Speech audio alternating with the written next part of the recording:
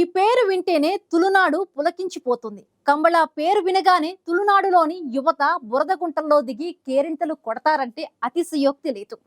కంబళ కరావలి జిల్లాల గ్రామీణ సంస్కృతిలో భాగంగా మారింది. తొలుత ఈ క్రీడపై పలు అభ్యంతరాలు ఎదురైనా న్యాయస్థానాల తీర్పుతో కంబళకు కర్ణాటకలో ఎలాంటి అడ్డంకులు లేకుండా పోయాయి. గ్రామీణ జానపద సంస్కృతిని రక్షించి అరుదైన క్రీడ అయిన కంబళకు తాజాగా రాష్ట్ర క్రీడా ప్రాధికార గుర్తింపు లభించడంతో కంబళ నిర్వాహకులు జాకీల్లో ఉత్సాహం రెట్టింపైంది.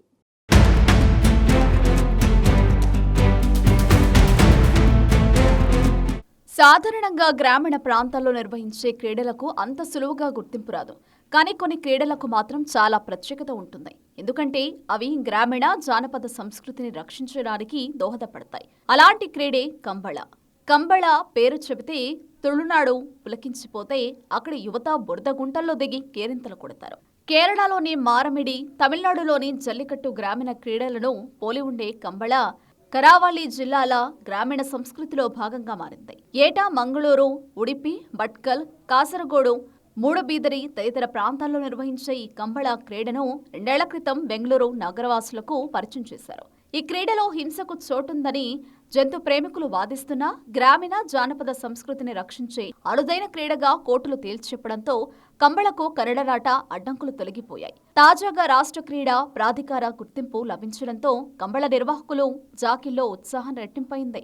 ఏటా వ్యవసాయ పనులు లేని 6 నెలల పాటు కంబళ క్రీడను నిర్వహిస్తారు. కరావళి జిల్లాలోని ఆయా ప్రాంతాల్లో భూస్వాములు, గ్రామ పెద్దలు ఔత్సాహికులతో కలిసి సంఘాలుగా ఏర్పాటవుతారు. వీరంతా జిల్లాల వారీగా కంబళను ఎంతో ఉత్సాహంగా నిర్వహిస్తారు. కంబళ క్రీడకు అవసరమైన బురద గుంటలు, దున్నలు, జాకీలను ఈ సంఘాల నేతృత్వంలోనే సిద్ధం చేస్తారు. ఏటా నవంబర్లో మొదలయ్యే ఈ కంబళ క్రీడ మార్చి వరకు అన్ని జిల్లాల్లో నిర్వహించి విజేతలకు బహుమతులిస్తారు.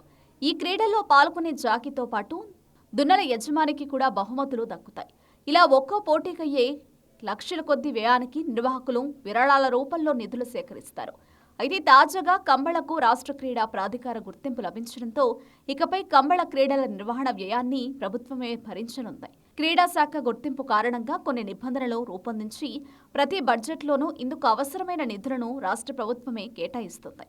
పోటీ వేదికల ఎంపిక, ఏర్పాట్లు, దున్నల సంరక్షణ, జాకీలకు ప్రత్యేక పరిహారం, విజేతలకు బహుమతులు, గుర్తింపు పత్రాలను కూడా రాష్ట్ర క్రీడా శాఖ అందిస్తుంది.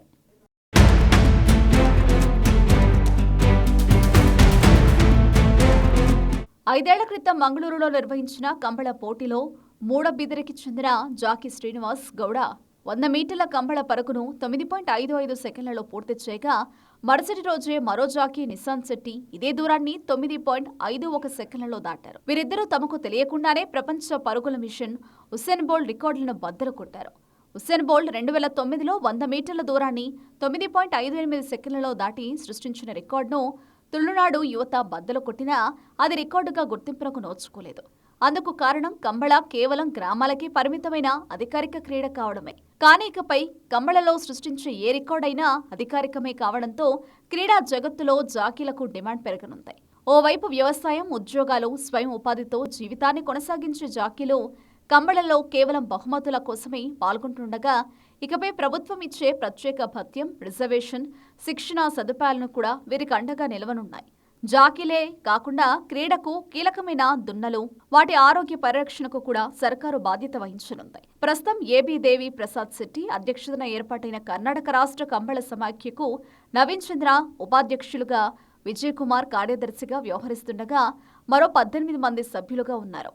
కంబళ సమాఖ్య 2023లో బెంగళూరులోని ప్యాలెస్ మైదానంలో కంబళ పోటీలు నిర్వహించింది. తాజాగా కంబళకు రాష్ట్ర క్రీడా ప్రాధికార గుర్తింపు లభించడంతో ఇకపై కర్ణాటకలోని అన్ని జిల్లాల్లోనూ ఈ క్రీడలు నిర్వహించే అవకాశం ఉంది. ఇప్పటి వరకు ప్రతి ఏటా 50కి పైగా పోటీలు కరావళి జిల్లాలో నిర్వహిస్తుండగా ఇక నుంచి బెంగళూరుతో పాటు అన్ని జిల్లాల్లో 100కు పైగా పోటీలు అధికారికంగా నిర్వహించాలని కంబళ సమాఖ్య సన్నాహాలు చేస్తోంది.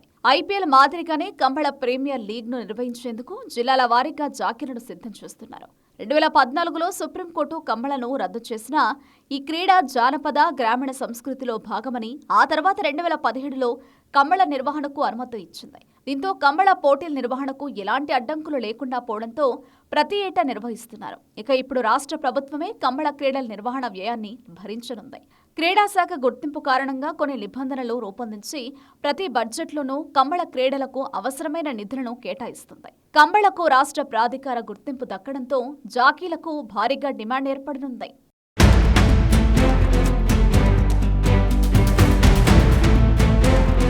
కర్ణాటకలో గ్రామీణ సంస్కృతిని రక్షించి అరుదైన క్రీడగా గుర్తింపు పొందిన కంబళకు తాజాగా రాష్ట్ర క్రీడా ప్రాధికార గుర్తింపు లభించింది.